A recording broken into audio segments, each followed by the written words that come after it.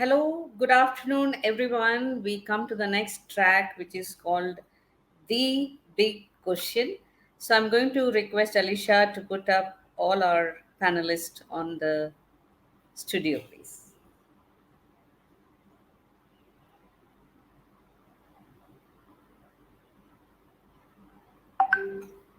Can I have everyone on the screen? Thank you.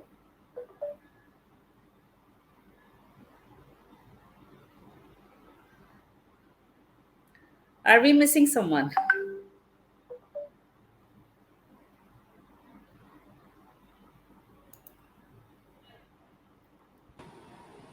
Dr. Good Roy? afternoon, Dr. Usha. Good afternoon, Ms. Gomez. Good afternoon. So, we are just waiting for Dr. Roy George to Sure, sure. join No problem. us. Is he No at the worry. back? And then we are going to go. I really hope that this particular session is going to be a conversational one where we are going to discuss with each other some hard questions with some candid answers and some courageous answers. So I will wait for Dr. Roy to come before I introduce him because he's not here. So I'm going to go ahead and do a general welcome. So good afternoon, all the panelists and all the delegates over here, and a very warm welcome to this segment as I'm going to have a chat with four eminent personalities in this panel discussion, asking some tough questions and we get some answers. So it gives me great pleasure to welcome Professor Pitti Cole, and she has spent over 39 years in nursing, and currently she's also our EC member. We are very proud to say that, and she's the director professor of School of Health Sciences, Indira Gandhi National Open University. And all our eminent speakers here, they have such long list of accolades and many things they have done. It will be very difficult for me to summarize in a couple of minutes what great job they all have done. And ma'am continues to be a public health consultant and an honorary advisor to the curriculum infrastructure details implementing nursing programs. And she's extremely busy in IGNU, we know that, but still she has taken time out to be here with us. And thank you very much, ma'am, for joining us. Thank you very much and a very warm welcome. Now I move on, and we are actually missing two more panelists, Dr. Narayani and Dr. Roy. So we'll wait for them. Uh, Hearty welcome, Mr. Samir Agarwal, and he's the Group CFO of Manipal Hospitals with 25 years more experience. In our Fortis Hospital, we used to call CFOs the money man. And I can see that he's an expert in mergers and acquisition, valuation, fundraise, debt consolidation, and strategist, business, finance, legal, digital transformation. So, Mr. Agarwal, you are on this track to ask you some pertinent questions related to nursing and money. And I really hope to get some candid answers from you, and a very warm welcome to this panel discussion. Thank you very much for being here. My pleasure. Thank you so much for having me. It gives me immense pleasure to welcome our own Dr. Usha Banerjee, and she's our founder, EC member of Association of Nurse Executives India, and I have known her for many years, and she's very well known as a great orator and a charismatic personality in nursing, and also a face of nurses and nursing in media. I'm sure that all of you must have seen her. An alumni of the College of Nursing, Armed Forces Medical College, and from there, she is now the Group Nursing Director for Apollo Hospitals. What can I tell about Dr. Usha? That's a challenge because I'm just trying to see what can I tell apart from getting so many medals.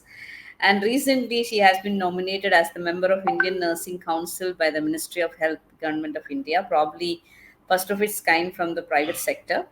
And with all this, responsibilities, she has gone ahead and got her PhD in management as well. So we are very happy to have you here, and Usha, and I'm sure that we will have some exciting conversations around this panel. And a very warm welcome to you.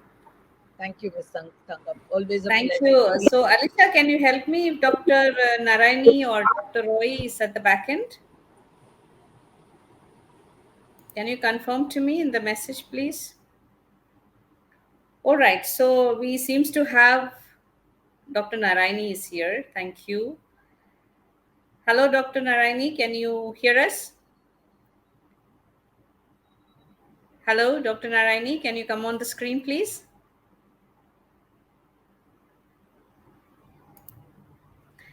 Let me go ahead and introduce Dr. Narayani as she is putting her video on.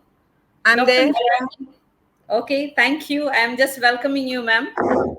Narayani Shivkumar, she's the Zonal Director, SPU Head of Mumbai Fortis Healthcare, and rich experience, and she has been now with Fortis Healthcare for 12 years and 6 months, and she has been continuously climbing up the ladder of administration. And I had been informed that she's a great champion for nurses and great champion for women, and these both are song to my ears. So I'm very honored that you have agreed to be with us in this next 60 minutes or so. Thank you so much, ma'am, and a very warm welcome to this panel discussion. Thank you very Thank you, much. Tangam. Thank you for being here. So, without much delay, so let me just start with the question. I'm going to skip Dr. Roy George's question since he's not here. I'm going to move on to Dr. Pitikol directly. So, I would say, ma'am, you have been in education sector, and now in the largest open university in the world. That's what I understand about IGNOU is the largest open university. So why is that post basic nursing and diploma they are not being allowed as the resident program in approved hospitals? Because many countries they have taken this out of the four walls of education and put it into the residency program. So what is your take on that, ma'am? Let me at the outset express my immense gratitude to the organizers of this very important conference and the chair in particular for giving me the opportunity to just interact with you all. I shall begin with saying that we are living in the era of digital and online technology and the innovations, and the nurses must not lag behind. But here I would guard the nursing professionals that we have to guard against the non-productivity of such an innovation, such an digital and online platforms. That is one thing.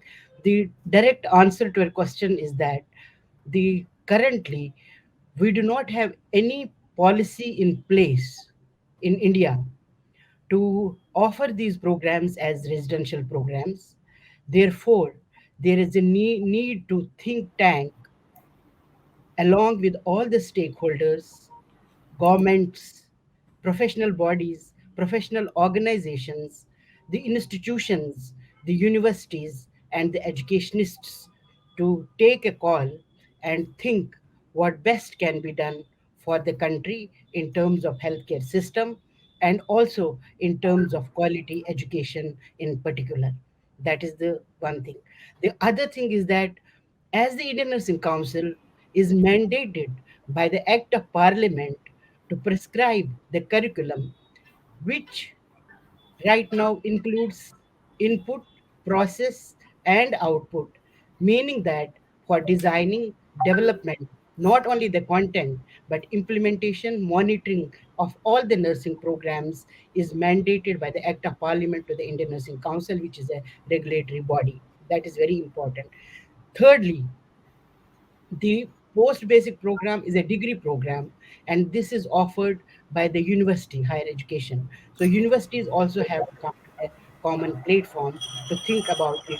And then I too believe, I in my own way believe that the focus nowadays is on the earning while learning.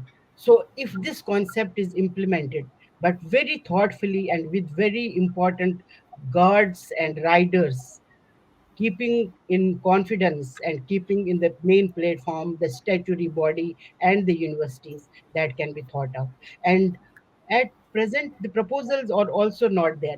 The other thing, the most important thing is that whether the institutions, the hospitals which are planned, whether they are ready to invest on it, because that will involve a lot of cost, the quality and all.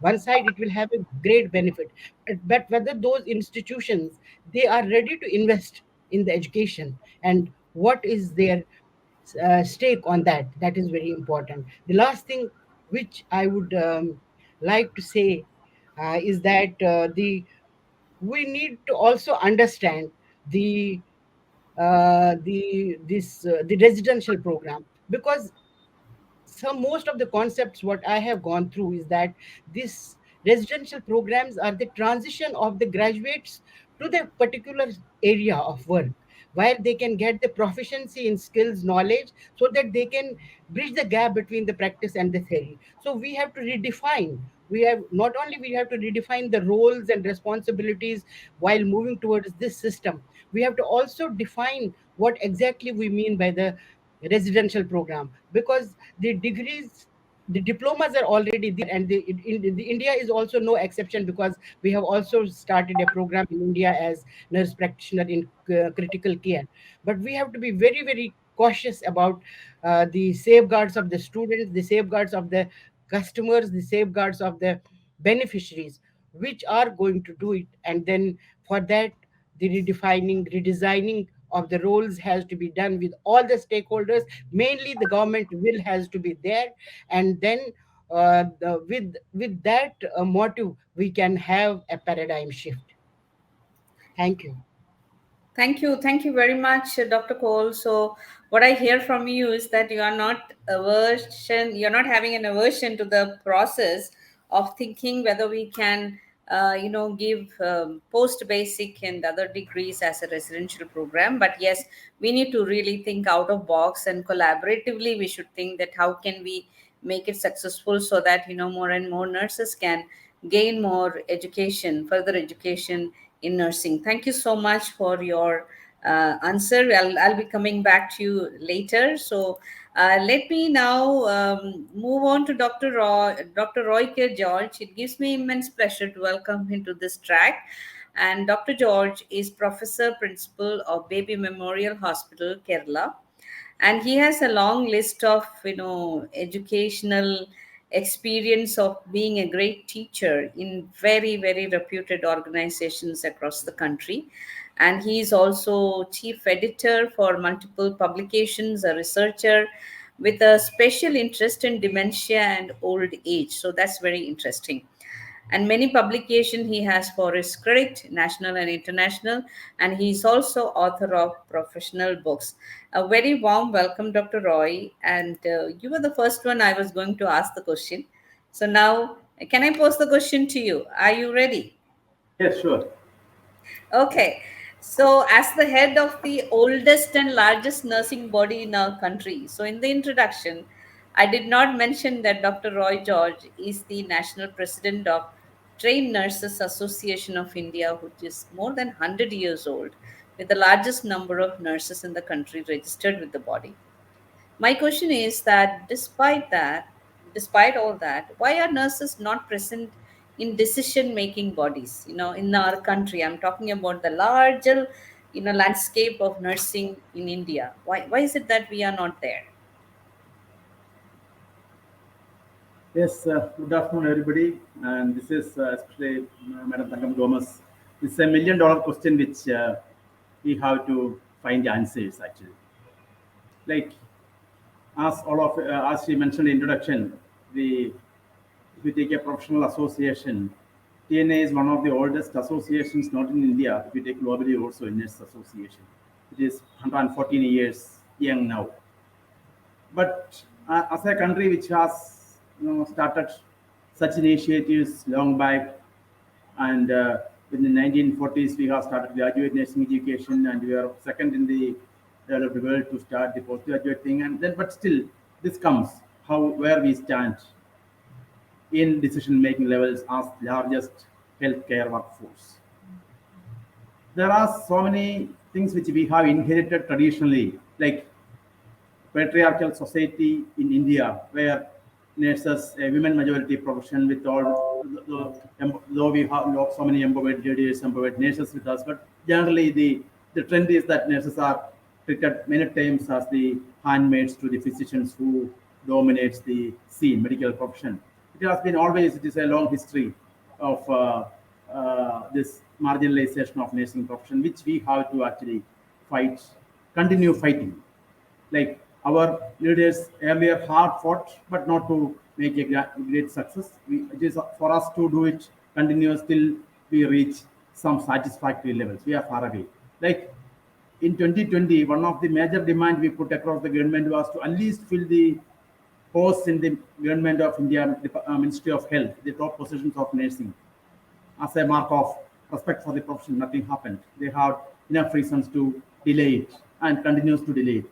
So there have been always a sidetracking of issues of nurses, and of course, though we have a large number, our unity for things like that is far below the mark than expected. There are multiplicity of reasons. Like when it comes to common issues like this, which is in the larger landscape or larger perspective, it's very important for the profession as a whole to grow, irrespective of specialities, irrespective of our workplace or our affiliations. And at present, at least now in the TNA, what we have taken a very strong decision is to cooperate with all the leaders available in the profession, whether it is specialty societies or a special interest group, whether it is a special society based on specialty, we shall work together to, because in a democratic country, definitely numbers matters. The first question which you usually hear is, what is the number of, what your membership number? We have roughly about 25 lakh nurses in this country, and our membership is still, TNA being the largest body, it is only 5 lakhs. And that sort of a campaign is needed where all the associations, all the trade unions work together for things which will change the policy and the policy and make our participation in policy making level. As of now, to be honest, it is very, very limited. Almost at sometimes it is zero.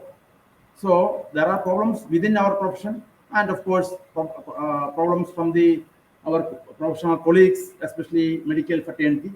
We have to change it through continuous lobbying and showing our strength how we do things. Of course, there are some hitches, like some, at least some of the organizations, especially some trade unions, are averse to TNA or things like this. It's all actually very silly for us as professionals. As professionals, we have to, at least we should have a agreement to agree to disagree on certain things and find common platforms to argue for this, than arguing that who did this and who did that. Definitely we have to do it together, because whatever is done by our pioneer leaders is great, but it is the extent of difference it made is little. So we have a lot of work to do, and we have to work together. Second one is our own defects in policy perspectives. We many times we do not look at the future and do not talk about the policy changes in health policy making or mission making, than maybe we may be arguing for a small benefits or petty benefits of things like which are just very simple, than, because when you are at policy making levels, you can make decisions, you can be part of decisions which will favor nursing profession whenever possible, which will have a larger impact on the profession and development of profession. Even after almost 100 years of history in as a modern profession, we are yet to catch the professional status fully because of many of the deficiencies, including the neglect from the health policy planners and policy decision makers. And another thing is that definitely in the ministry level or at the top level, many times our views are not heard, our representations are not heard, because it is generally by the heads of central institutes or the medical fraternity who are heard in making decisions about nursing. Of course, I think the National Nurse and Midwifery Commission, when it comes to being, there'll be a lot of changes because it covers practice also. But at present, the Indian Nursing Council, which has very limited powers as far as education is concerned. And of course, leadership in this country is sometimes misjudged, at least in nursing. Leaders are not of TNA or not of the various specialty organizations like ANA or Indian Psychiatric Society, whatever it is. Like no, our administrators are also our leaders, whether in the governmental positions or the in the ministry positions. They also should have the leadership skills to work in cohesion with the professional bodies to bring in change. They are not just administrators, they are also has to be, though we are the profession which have leadership from the graduate level as a administration, we learn leadership. But to find good leaders, we are no, there are very good leaders, but still having leaders at every position is still, we have to learn more. And also there had to be change in leadership.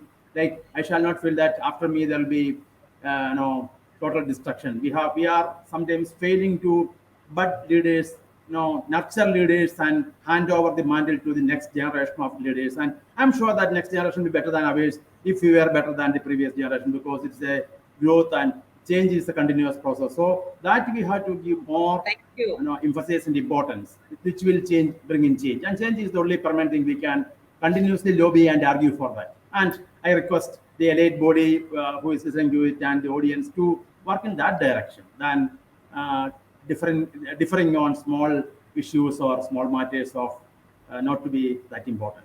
Thank you very much. Thank you very much for this opportunity. Thank you, Dr. Roy. So I think you touched upon very important points of nurses being probably, what they are because of the patriarchal society, marginalization of nurses, and most importantly, you also talked about the nurses being our own enemies, that we don't have our unity. So I think these are big things, big ticket items that we all have to think very seriously, that how can we rise above these petty issues, not pity, Dr. Cole, petty issues, and come together so that we work for the betterment of nursing.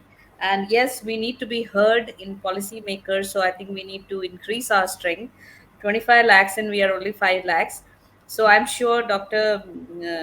George, that after this we will definitely see that how best we can collaborate and do something together, so that in small pockets when we work, yes, we make some changes in our own sphere of control, but whether we can increase that sphere of control is what we will think together. Thank you so much for that answer. And I am requesting the panelists to reduce the answer is only because I want to ask more question. You can definitely take more time, but then I will then limit to one question. So I really hope if we can keep it short and sweet, and then we can ask each other also questions. So moving on to Mr. Samir now, my question to him is that you are the CFO of a group of hospitals. So, can you explain why nurses are seen as cost centers? They deliver services complementing doctors. Isn't it time to recognize nurses as revenue generators? Mr. Samir, that I would request you to answer this question from a general perspective, not from only your organization perspective. Generally, in the healthcare scenario, most of the hospitals, they look at nurses as cost centers, and there is a struggle from the nursing leaders also to project them as revenue centers. So can you throw some light on that? Yes. So thank you, Ms. Gomez, and I hope this is not a trick question. I am in presence of very, very esteemed panelists who have spent decades in healthcare. I have been in healthcare for the last 6 years, ever since I joined Manipal as Group CFO. But a very pertinent question, and first I will try to answer, and I'll try to keep it short as to why there could be a general perception of being a cost center. One is that nurses, ideally, in most large healthcare organizations, constitute almost 60% of the total people that are employed in a hospital, and they represent roughly 45 to 50% of the payroll cost. So it's not that they're a cost center, but they're the largest cost on the P&L for a management to sort of look at in terms of cost. But if there is an organization, and if there is a healthcare organization that actually looks at nurses only as a cost, I'm sure that the longevity as well as the quality healthcare is definitely going to suffer. Because motivated nurses, according to me and according to wherever I've been working, tend to attract good physicians. And if the motivated nurses attract good physicians also bring with them revenues to the hospital. So if you only take care of the physicians and not the nurses, I don't think so. An organization of the size of a hospital can survive. As everyone is aware, that hospital is a very, very high cost-driven, facility, wherein the costs are put upfront. and the revenues come in later, even when you put up a new hospital. So it is very, very important that nurses, which form a large portion of the healthcare, because typically even in a ICU, for example, when the patient is in the ICU, and ICU is a very big revenue generation for a hospital. I do not know by saying this if I'm creating any, but this is what the truth is. The most of the revenue is driven by nurses. I'm saying because the doctors will come in, see them in a day, but by the bedside, it's always the nurses that are available. Nurses take care of the patient, and the quality of healthcare is driven by them. So they not only drive quality of healthcare, but they also drive the brand value with the patient and the attenders. Because if the patient goes back well, it's not only the doctors but also the nursing quality of nursing care that gets highlighted, and that's the brand gets highlighted, and that's how the revenue sort of gets generated. Again, the nurses are at the bedside of patients 24 by 7. And and typically an organization has an ALOS, an average length of stay of 3 to 4 days in a private healthcare setup. Again, the doctor usually does the surgical intervention on day one, but after that, the rest of the 3 days is all looked out by nurses. And if the nurses are not trained, the nurses would not know, how do you charge the patient, what kind of medication do you give. And it is not only about the cost, it's not only about the revenue, but also to prevent. And I was hearing the previous panel talk about fall incidents. It's a very, very pertinent thing. It's the nursing that help drive the quality of healthcare, and also ensure that whatever is the doctor is putting on the paper is getting charged, because we have seen a lot of leakages if the nurses are not properly trained. And hence I do not think the nurses should be treated as a cost center, and they're definitely a revenue center, because they form the largest portion of the revenue portion. The only reason of the cost center is just because they are large in numbers. Again, the nurses are also the interface to the patient's families, and their interactions are very, very critical. So even if there is no direct connection to revenues in some cases, but the healthcare is not about direct revenues. The healthcare is about the overall, care given. If the nurses are very motivated, they are the brand ambassadors of your hospital as well. So, in my view, if the organization or the healthcare organization is I'm treating, sorry to interrupt, Mr. Samir. I'm sorry to interrupt. I think your bandwidth is going very low, so okay. cannot hear all your words very clearly. Initially, we could hear, so maybe you I can have just a very high bandwidth. I again, okay, I do not know at what portion you lost me, no, Gomez, no, Mrs. just Gomez. recently, just recently. The last two sentences, if you can repeat after Okay, putting your video off, maybe we can hear you better. Yep. can you hear me now? Yes, better, better. Okay, I'm sorry for this. I'm just that I'm in, just shifting into my new house, so maybe there are some issues. But yes, I was just explaining that nurses are interface with the patient. They drive the quality of healthcare and also the brand of the hospital and the healthcare organization. And if the brand is not driven well, the revenues will not even come into the hospital. So the nurses are the revenue generators. They are the, if the doctors are the heart, I think so the nurses are the soul of the healthcare. And without a heart and soul, I don't think so an healthcare organization can survive. So I do not know who thinks that they are cost centers. At least it is not me. We Even at our healthcare organization, we always ensure that even in case of the worst case scenario that happened during COVID, we never deducted any salaries from our nurses. We gave them free healthcare. We ensured that the training is provided to them by senior nurses. Unfortunately, we do see a lot of attrition in nurses, and I'm sure that you will be addressing that. The attrition is the single biggest, and if you personally ask me, this is my personal thing, that in the future, it's not going to be the number of doctors, but the number of nurses that is going to really cripple healthcare in the country. So I'm very happy that Anicon is having this session, and I'm sure a lot of ideas will come in of how do we get more and more people into nursing, which can drive quality healthcare. So I do not know, Ms. Gomez, if you heard everything and if I've answered your Yes, question. That's yes, yes, definitely. Whatever word I was noting it here, I think you already mentioned that ALO is the role of nurses. And I was just thinking maybe we don't have much of quality indicators around the nurses' role in revenue. Could be maybe that do we capture the cost of, near harm and harm to patients, and what is the cost of attrition? Do we really spend enough time studying those factors is one question. So I will move on. I'm keeping a Ms. Gomez, note before of you my move on, time. Ms. Gomez, I know you have another panelist, and I would love to hear Dr. Usha. but these are tracked. I think so. The larger healthcare hospitals definitely track nursing indicators in terms of quality of healthcare, in terms of cost, and even the bedside revenue that they generate. But I would love to hear the other panelists talk about it. Thank you, Ms. Okay, sure, sure. When they come, they will definitely discuss on that also. So I quickly move on to Dr. Narayani. So your question is pretty simple. You heard three panelists and nurses' role in the healthcare scenario, and then the nurses' role as revenue generators. So you are actually responsible for PNL. So what would be your take on that? The nurses and the role of being revenue generators or cost centers, you know. Okay, thank you very much for having me on this panel. And one of my qualifications, self proclaimed qualifications, I am a champion of nurses. And on that note, my answer is to be seen in continuity with what Samir has just responded.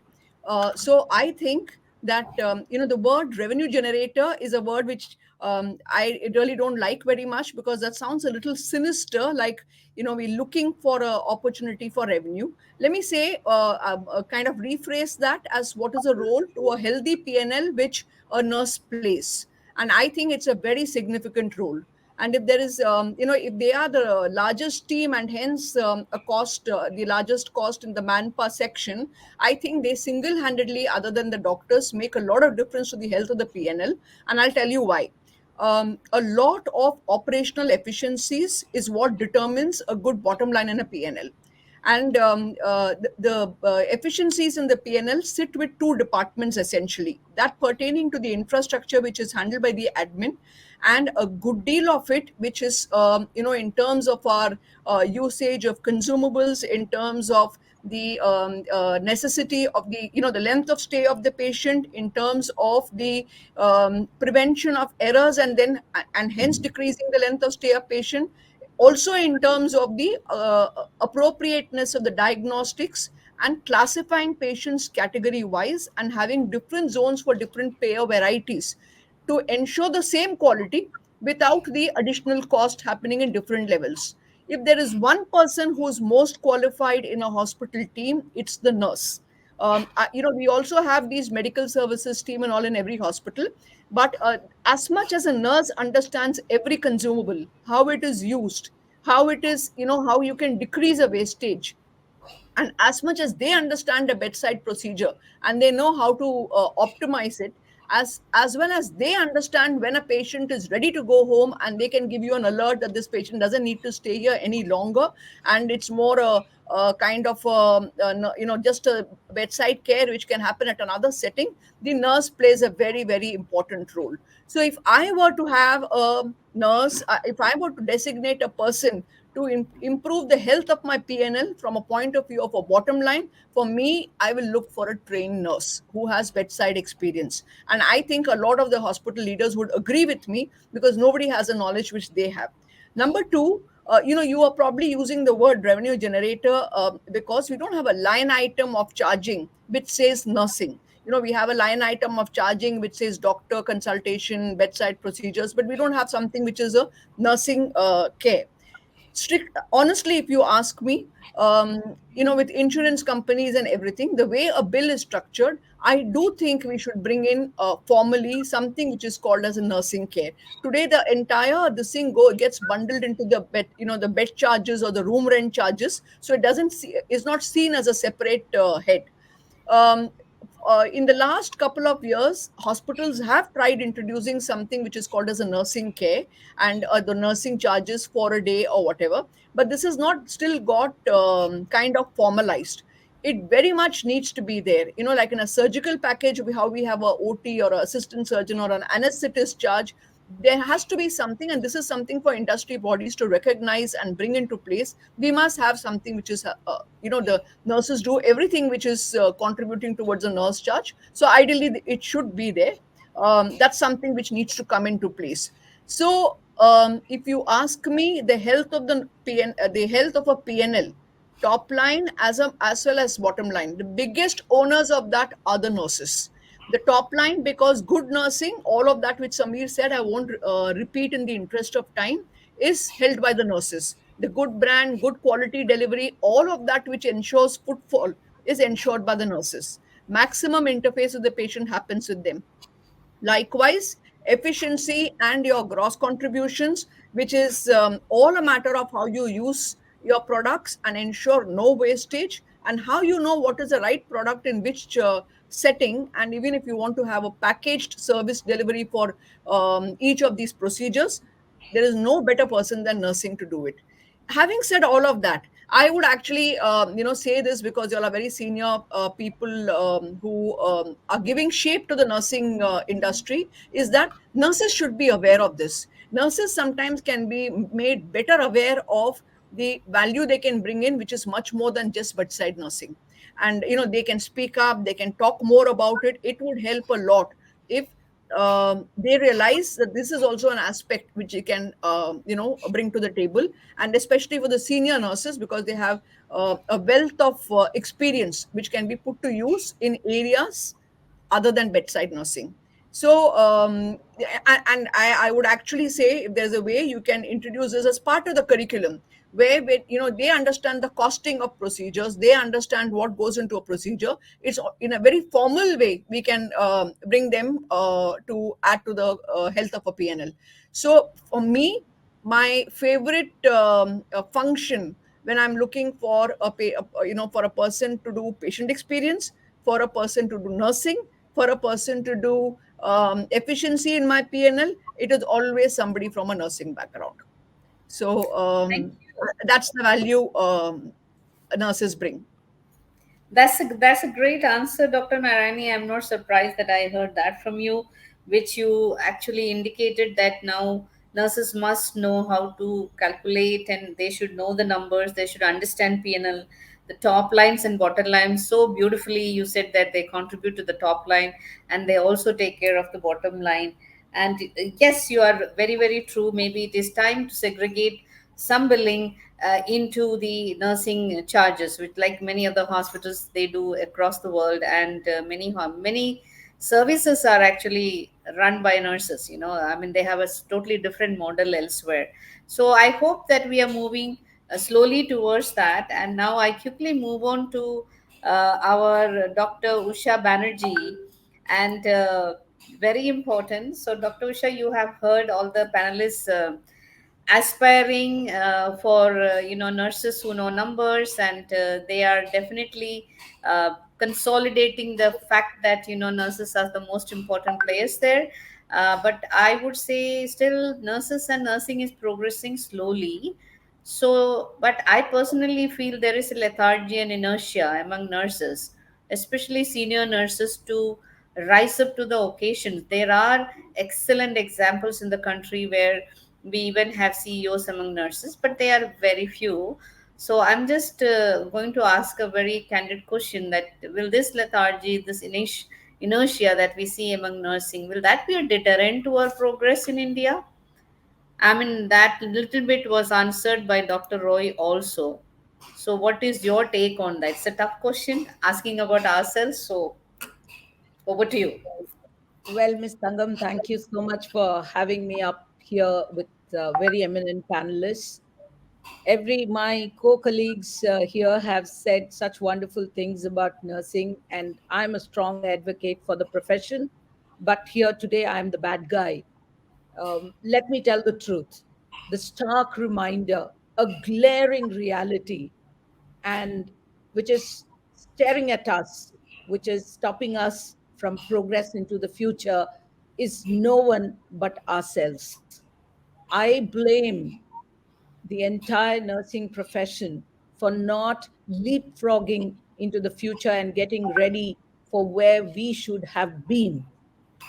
We all know the legacy which was laid by Florence Nightingale, which is epic and is being celebrated across the world. But did we carry that legacy? Did we rebuild that legacy? No. I think what is important here is to have an imposter syndrome which should set in, causing each of us to question ourselves whether we have given enough to the profession. There might be some wonderful leaders who have come across and who are trying with a persuasive passion and an optimistic obsession of wanting to do so much more. But the reality is, every single nurse, from the time she is a student, has she contributed? Has she got herself ready? I would say, probably I sound very exaggerated when I say that today the profession stands at a brink of extinction. Not too many want to be a nurse. There are talks about, could we have a 6 months course to get a nurse? It was debated yesterday. One of the panelists asked this question: bring in GDAs. Will technology replace nurses? Why this question when we all understand that nurses are most critical to the reputation of the organization, to the reimbursement of the organization, to clinical outcomes, to the clinical practice of every physician? So I think you have asked me a wonderful question.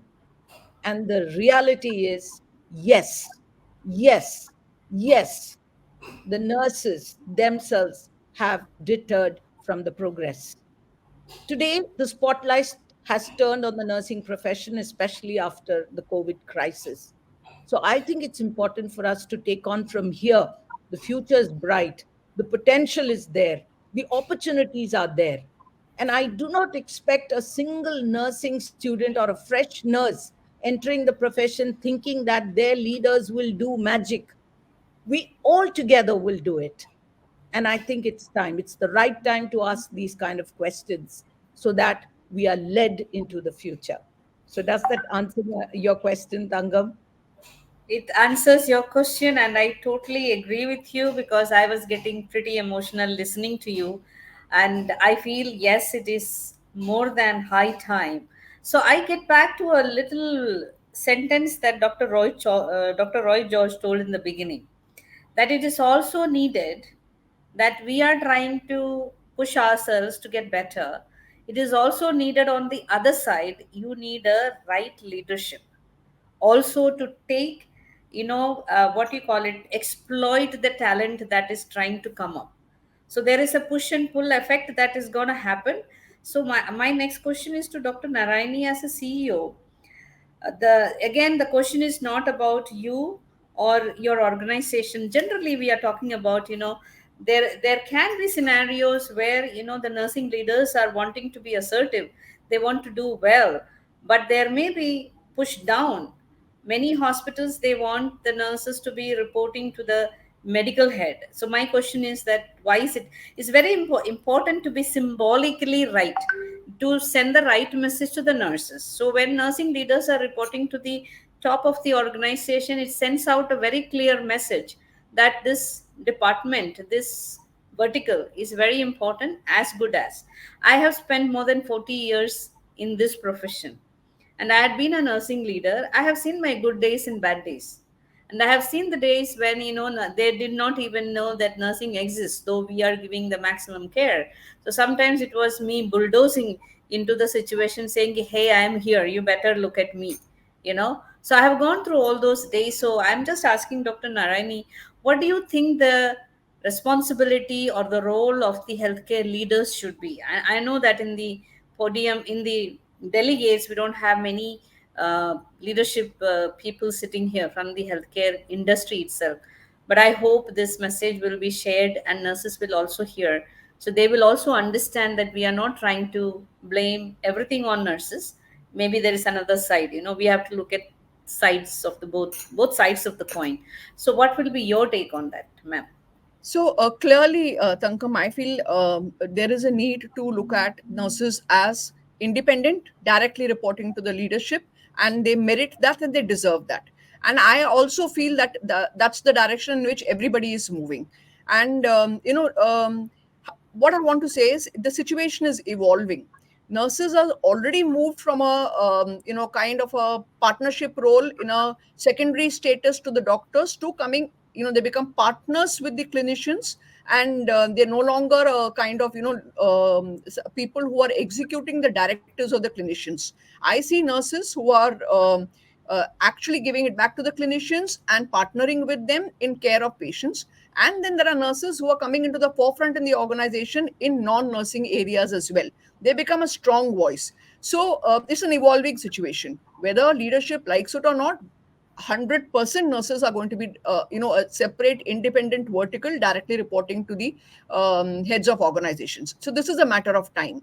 While there is a responsibility of the business heads or the CEOs to make that happen, it is my view that everybody is already aware of it and is looking to make that happen. Some of these changes are, the vehicle takes a little longer time to move, but this is happening. The- there is one responsibility, however, on the nurses, in that they, sometimes I feel, I don't know how else to express this, but there are sometimes they get into a bit of a victim complex, where they feel that they haven't got enough recognition. They feel that they are not the best paid people. They feel that they are, they're always the ones who have to carry the largest burden of patient care in the system. And especially when you're a nurse from India, all of it may be true, but it does not matter. These are changing times. So rather than, even if you don't wait for organization to come and recognize you and pull you up, why do you need that? The nurses, a lot of them are very, very bright sparks. Speak up.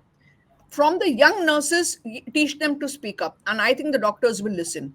There is a huge respect for nurses. There's an understanding that without nurses nothing can happen.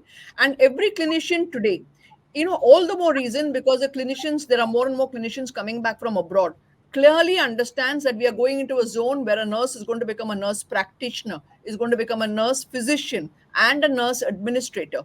So there is no way that the senior leaderships are not going to take cognizance and give you an independent vertical directly reporting. They will be part of every decision making, whether it is designing the hospital, or whether it is running the PNL, or whether it is, business decisions. Nursing will be a part of it. It's a need of the hour. Thank So you. there's no question on whether we want it or not. But nurses should also move in forward and galvanize that into happening. Thank you. Thank you so much, Dr. Narani. That's on a very positive note that it is going to happen and we are going to be like a woodpecker. Keep on pecking, pecking, pecking till it makes the hole. So the question quickly goes to Dr. Roy and Dr. Cole, who are from the academia, to say that are we actually preparing nurses to understand the need of today and saying that they know how to speak up? Do they understand safety? Can they be speaking up when they come out itself that they have this very detrimental critical role in the healthcare? So it will be just a 1 minute answer, please, because I'm just looking at the time. So we just have to ask one more question to Dr. Usha and Mr. Samir as well. So one minute to both of you, that are we doing enough in academics to prepare them? Because I am the recipient of the academic production, and so, some like, same like that. Dr. Usha is also a recipient. So very quick answer. 1 minute. Dr. Roy first, and then Dr. Cole. Definitely our academic production has to be much more better. That to like we have some things traditions which we have to like actually turn off and make them more dynamic and more active in their professional assertiveness or the ability to stand up for themselves. Still, after so many decades of speaking, I can definitely say many nurse leaders or nurse administrators and hospital administrators or CEOs look at nurses who are very obedient and disciplined than a nurse who speaks up. This is something which a traditional picture of like Sita Devi or like something like that. In nurses, we always know silent contributor. That sort of thing is instilled in most of the places across the country. Still, that has to be changed. Definitely, there are a lot of changes. Which the syllabus is good, syllabus is being revised, but what actually goes in the messages, repeated messages, which goes in like a Ebelsian principle, like nurses has to serve. Nurses are the patient people. They are embodiment of patients and uh, dedication. That sort of things goes in so much where there is assertiveness and leadership do not go that much. Speaking up, making them speak up, as and the same women majority profession and women empowerment has actually happened to them through our women leaders who constitute the Okay. majority. That is something Thank which. you. Thank you for that 1 minute answer. So I'm going, there is a question that has come up for Mr. Samir. Before that, I'll just ask Dr. Pitikol one answer about preparing nurses for the roles that they are expected. Expectations are there, but they are willing to give it to us. Then why are we not able to produce nurses of that quality? 1 I minute will, answer, ma'am. okay, I will take this to the other side of the thing. The education system, though I accept that the education system, there is a little bit of deviation from the highest standards, little, but the potentials of the newcomers, the potentials of the youngsters, the yuva of the nation, yuva nurses, they have such a high potential that they can do wonders. But only thing I still focus, that the lack of policy planning, the fragmentation of the tasks, the role modifications, not the role specification, nothing is there. And the inability of the nurses to speak in the policy, there's no place for policy making decisions. This has affected the nursing education in general also, and we see what is happening in the system, whether it may be industry or it may be government system. So the both are at fault. The policy decision making involvement is very very important. The fragmentation of tasks need to be redefined. They need to be sorted out.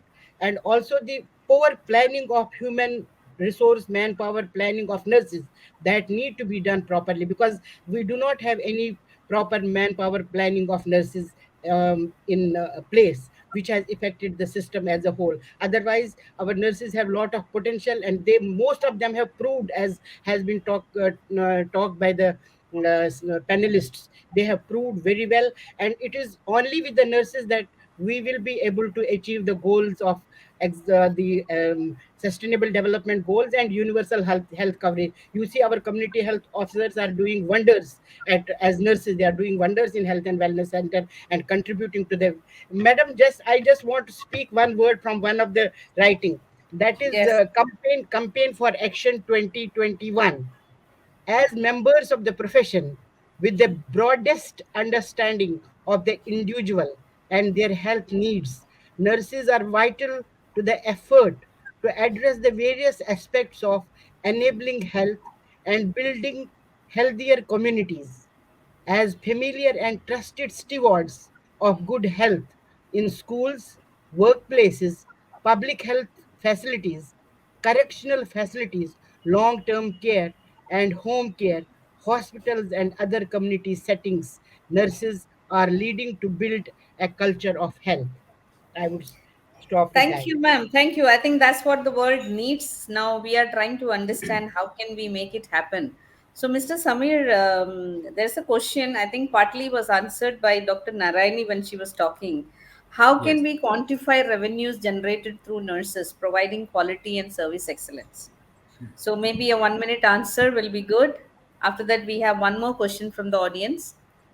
So I'll just answer both. I can see that in the spam. I can see that in the private chat. Chat. Okay. But Okay. I think so. Dr. Narayani answered. First and foremost, healthcare. When you look at a revenue, it doesn't go to one person. It is always the patient is admitted under a doctor. That is the reality, and that's how you compute the revenues under the doctor. Doctors are usually in most of the healthcare organization not employees. They are all consultants. So them working till the age of 70 or that is because they're not employees. Employees like us, in fact me, I will also retire by 60. And that is because we are 1.3 billion people in the country, and I definitely think that our young generation needs to work hard. As far as revenue is concerned, I agree with Dr. Narayani. It is not only revenue but also cost avoidance, also a reduction of ALOS, which contributes to the revenue and the cost structure of the healthcare organization. And that is captured by all healthcare organizations, and a reduction in ALOS as well as bedside procedures, which are missed out in normal course. We track that for nurses, is attributed 100% to the nurses. But otherwise, a healthcare anyways is not, cannot complete without a nursing. So the entire revenues belongs to everyone. I think so. Everyone involved derives that revenue. Uh, Thank not a straightforward answer, but that's what it is, Ms. Thomas. Yes, I understand. So my question is now to Usha because recently I heard a question from one of the senior doctors who was talking to me about something. So he asked me that, when doctors, when we work, we are always in the clinical area. Whether we are 60, 65, 70, we are working with patients. But what happens to nurses, especially in the academia, they are so lost. I know that INC has now advocated for a combined model. My question to you is not about the academia. My question is, as an administrator, nurse administrator, this is something I always thought of. Do you think of value for money when you look at a senior nurse? When you have to give them more salary, do you look for the competency? Are they able to give something that is relevant to the salary that we are giving? Is it a thought that we should be looking at to be responsible for the PNL? Because as Dr. Narani said, the top line, bottom line resides with us. So efficiency is driven by having the right person at the right place at the right time with the right salary. That's very important. So what is your take on that? It's very nice to say that why should somebody not retire because somebody else is not retiring. I think the question is that what value add are we, what value that we are bringing. So your take on that, and that's going to be probably the last questions. I'm going to look at my track show, and then I'll thank you, Usha, for that. Thank you. Please. Sangam, coming last to the line has its own advantages because most of the speakers have already spoken on my behalf. uh, Uh, I agree what we are all aggrieved with as a nursing community, that we are looked at cost centers, we have too many nurses, we have too young nurses, there are competency issues. That's a reality, and we will continue to fight that. It's not a myth, it's an existing reality. And at the same time, questions like why do doctors work longer than nurses and stuff like that. We are not here to compete with any profession at this moment. We are here to bring value to the enterprise. And I represent a corporate entity. For me, if every single nurse is not aligned to business requirements, she cannot exist in the system. And we cannot exist as a hospital entity in itself. So while we aspire for so much more and the turf is ready, I know many organizations have changed. We have witnessed this in the last decade plus. The value that nurses bring in is being recognized. But at the same time, as every single nurse, it is upon us to bring that value to the organization. And you see, you asked me the same question and you're ending with the similar question. Look at what our experienced nurses can bring versus what they bring. They really do not tie in to the business part of the enterprise, which is so crucial. It is nice to have designations and keep rising the ladder by default. That cannot be. You have to climb by design. And there are many opportunities for nurses to be positioned laterally. Encash on that opportunity. It is just the right time. So we cannot sit here and lament about the entire healthcare ecosystem. It is important for us right from the time the nurse steps into educational program, to her graduation, to her being part of an institution, to her as a professional, to her as a leader. At every step, while we improve upon our clinical practice and embrace the latest evidences, it is equally important for us to understand the business part of an enterprise and enable that for us to exist. And that's my take because I represent one of the largest corporate entity. And recently, Apollo has entered the Nifty 50. So you can imagine how important it is for every single nurse to contribute. So, and I would say that for the largest healthcare providers in the country, most of them being private players. thank Yes, you. Tan. Thank you so much, Dr. Usha. I think that was a right ending to this panel, which could actually go on for 3 hours also. It's very easy to discuss. So I think this panel was designed in such a manner to ask some tough questions to ourselves and hear from other, verticals like the CEO and the CFO to understand what is that we need to do collectively. So my wrap up will be, I will request the leaders, please don't be banyan trees, allow your youngsters to grow and flourish. And to the leaders, please invest in yourself, grow with the current times, know your numbers, know your excel, understand what is PNL, what is top line, what is bottom line. Many words had been told around, and requesting all the healthcare leaders give an opportunity for nurses to actually show what they are capable of. No, That is message to to be private, public, everywhere. And with that, I already got a message. I should wrap up. They want to show the profile of the speakers. So that's fine, Alicia. All the people on this stage are so well known in their industry. Thank you so much. I am not going to take each one's name because we are going beyond 2 minutes. We are very critical about keeping our timings.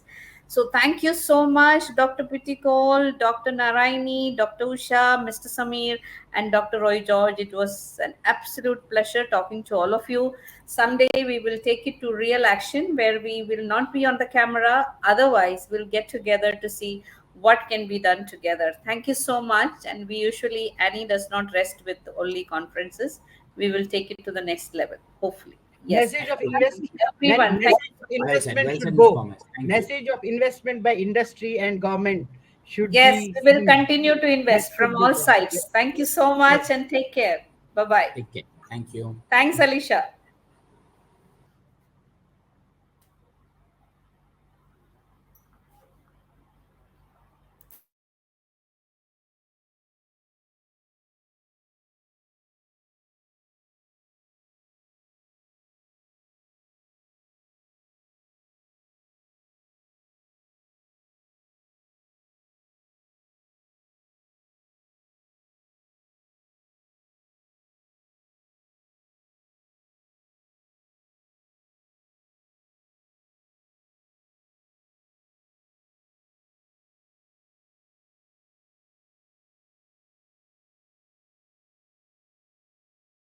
Thank you, Ma'am Tanga. Though all the questions were not answered, but I'm sure we will keep answering all those questions throughout the nursing excellence journey. And thank you to that wonderful expertise shared by all the panelists. If you ever been in a work environment where it feels heavy, negative, and unproductive, you know what it's like to be in a mental and physically draining place. It's not healthy in any way, which is why it's utmost importance to maintain a good work culture and environment. This type of environment is where workers will thrive and feel happy and motivated to do well. Now, I call upon the experts to discuss on invest in healthy work environment under the guidance of Ms. Vensi Tribhuvan, President Maharashtra Chapter, Annie.